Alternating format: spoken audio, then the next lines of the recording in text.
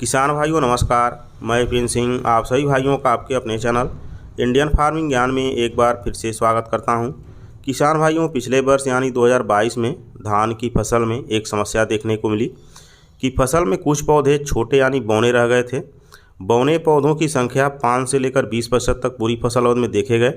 बौने पौधे अविकसित रह गए। इन पौधों में अच्छी स्वस्थ बालियाँ भी नहीं निकलीं। इस समस्या से निजात पाने के लिए किसान अपने अपने तरीके से निपटने का प्रयास किए। कुछ किसान भाई इसे पोषक तत्वों की कमी मानकर जिंक, यूरिया, सल्फर आदि फसल को दिए। कुछ किसान भाई इसे फंगस बीमारी मानकर अच्छी से अच्छी फंगिसाइड का स्प्रे किए। कुछ किसान भाई पौधे के जड़ में कीट लग गए हैं यह मानकर रिजेंट आदि फसल को दिए। मतलब किसान को जो समझ में आया वह देने का प्रयास किए।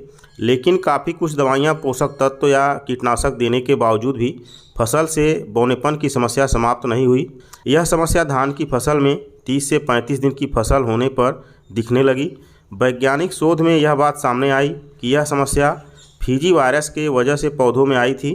फीजी वायरस को पौधों में पहुंचाने का कार्य सफ़ेद पीठ वाला फुदका ने किया था। यह एक तरह के रसूसक कीट होते हैं जो पौधे के तने और पत्तियों का रस चूसते हैं।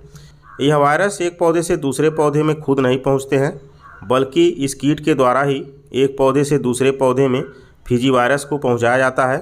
कारण कि जब कीट फीजी वायरस से संक्रमित पौधे का रस चूसकर स्वस्थ पौधे का रस चूसता है तो स्वस्थ पौधे को भी इस वायरस से संक्रमित कर देता है। इसलिए पौधे इस वर्ष भी बौनेपन का शिकार न हों, इसलिए फीजी वायरस को कंट्रोल करना जरूरी है। उसके लिए हमें सफ़ेद पीठ वाले फुदके, तेला, चेपा आदि का नियंत्रण करना होगा। इसके लिए हमें सबसे पहले नर्सरी से शुरुआत करनी होगी।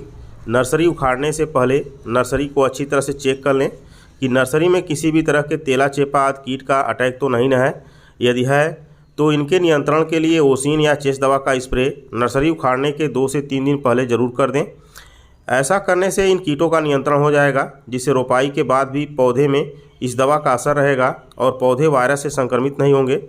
यदि नर्सरी के टाइम पर दवा का स्प्रे नहीं कर पाए हैं तो रोपाई के बाद फसल को चेक कर लें कि यदि तेला या चेपा का अटैक दिख रहा है तो चेस 120 ग्राम प्रति एकड़ की दर से 150 लीटर पानी में मिलाकर स्प्रे कर दें। इस दवा के अलावा आप ओसिन 100 ग्राम प्रति एकड़ की दर से 150 लीटर पानी में मिलाकर स्प्रे कर सकते हैं। इन दोनों के अलावा एक और बेस्ट दवा है पैक्सोलान, जिसे 94 ml प्रति एकड़ की दर से 150 लीटर पानी में मिलाकर स्प्रे किया जा सकता है। इन दवाओं के स्प्रे से हम वायरस को नहीं मारते हैं, बल्कि वायरस को एक पौधे से दूसरे पौधे में पहुंचाने वाले तेला या चीपा कीट को मारते हैं। इन कीटों का यदि फसल में प्रकोप नहीं होगा तो हमारी फसल में फीजी वायरस का भी अटैक नहीं होगा, जिससे हमारी धान की फसल में बौने पौधे होने की समस्या नहीं आएगी। तो किसान भाइयों, इस तरह कुछ उपाय करके आप अपनी धान की फसल को फीजी वायरस से बचा सकते हैं। किसान भाइयों, जानकारी अच्छी लगी हो तो लाइक ज़रूर करें। अगले वीडियो में एक नई जानकारी लेकर फिर उपस्थित होंगे। तब तक के लिए धन्यवाद।